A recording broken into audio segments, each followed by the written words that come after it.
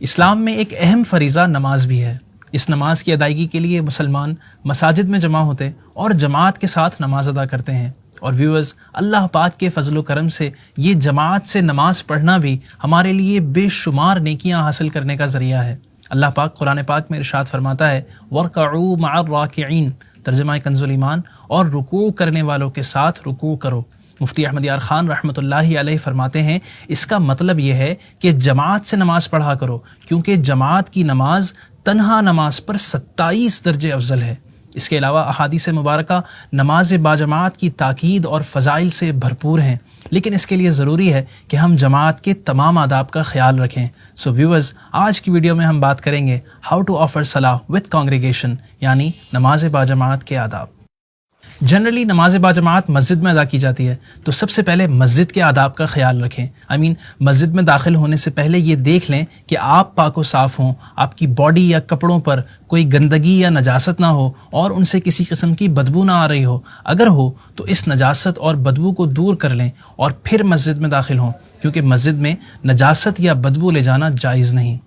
چونکہ مساجد میں جماعت کا فکس ٹائم ہوتا ہے، تو کوشش کریں کہ جماعت سے پہلے ہی مسجد میں حاضر ہو جائیں۔ اور ہاں، ایک بات کا ضرور خیال رکھیں کہ مسجد میں داخل ہونے سے پہلے اپنا موبائل فون سائلنٹ موڈ پر لگا لیں، تاکہ موبائل ٹون سے نہ آپ دوران نماز ڈسٹرب ہوں، نہ ہی دوسرے نمازی حضرات، اور نہ ہی مسجد کی بے ادبی ہو۔ ویورز، دعوت اسلامی کی پریئر ٹائمز ایپ جو پلے سٹور اور ایپ سٹور دونوں پر اویلیبل ہے، اس کے اندر یہ فیچر موجود ہے کہ جماعت کے ٹائم پر آپ اپنے فون کو سائلنٹ کر سکتے ہیں۔ جماعت سائلنٹ کے نام سے آپ کو یہ فیچر اس میں مل جائے گا، تو اس کو بھی ضرور یوز کریں۔ مسجد میں جو نمازی حضرات نماز کے انتظار میں بیٹھے ہیں، ان کو سلام نہ کریں کہ یہ سلام کرنے کا موقع نہیں۔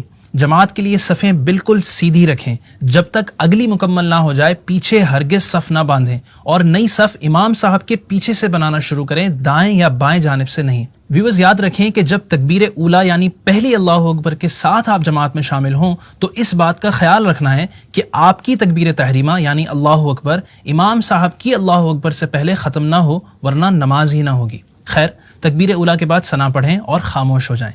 یاد رکھیے گا کہ نماز باجماعت کے قیام میں صرف امام صاحب تلاوت کرتے ہیں، مقتدی خاموش رہتے ہیں، چاہے امام صاحب بلند آواز سے تلاوت کریں یا بغیر آواز کے۔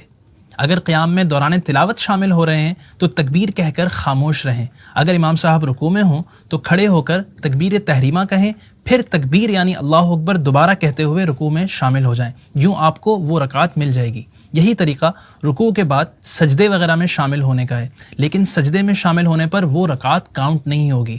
رکعت حاصل کرنے کے لیے امام صاحب کے ساتھ رکوع میں ایٹ لیسٹ تھوڑی سی شرکت ضروری ہے۔ بعض لوگ رکوع میں شامل ہونے کے لیے دوڑتے ہوئے آتے ہیں، ایسا نہ کریں کہ یہ مسجد کے آداب کے خلاف ہے، اس کی ہرگز اجازت نہیں۔ اگر تکبیر اولا کے بعد شامل ہوں تو امام صاحب جس کیفیت میں بھی ہوں ان کے ساتھ جماعت میں شامل ہو جائیں۔ مثلا اگر سجدہ یا قعدے میں ہیں تو اگلی رکعت کا انتظار نہ کریں، بلکہ جماعت میں شامل ہو جائیں۔ ایک رکعت یا اس سے زیادہ رکعتیں نکل جائیں تو امام صاحب کے سلام پھیرنے کے بعد باقی رکعتیں پوری کریں۔ اگر ایک رکعت نکلی ہے تو امام صاحب کے سلام پھیرنے کے بعد اب آپ وہ ایک رکعت ثنا اور تلاوت کے ساتھ مکمل کر لیں، اور اگر ایک سے زائد رکعتیں نکل گئی ہیں تو اب جو آپ اپنی رکعتیں پوری کریں گے وہ پہلی رکعت سے سٹارٹ کریں گے، یعنی ثنا، اعوذ باللہ، بسم اللہ وغیرہ سب پڑھ کر۔